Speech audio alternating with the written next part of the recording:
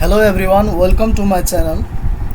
Today we are going to discuss the physics part of science, that is to prove small g acceleration due to gravity equals to capital G m by r square, which is our condition. We have to prove this, and this is especially for grade 10 student.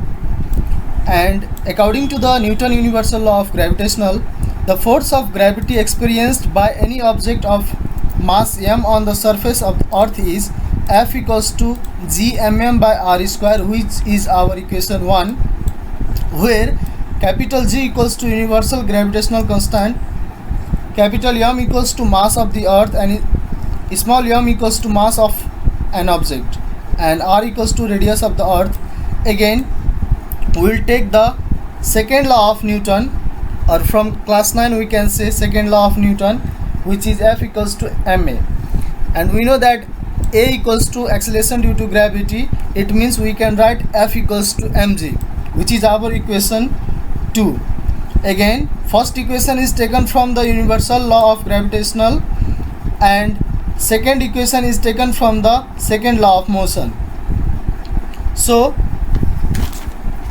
now, taking equation first and second, we will put the F value in second equation.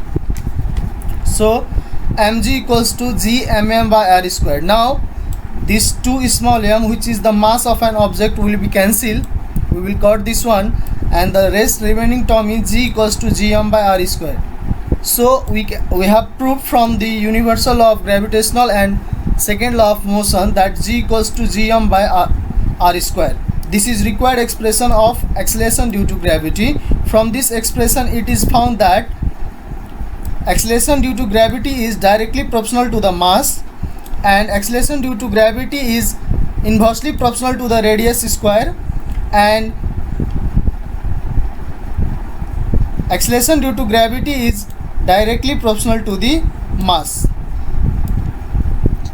So we have proved this, g equals to gm by r square.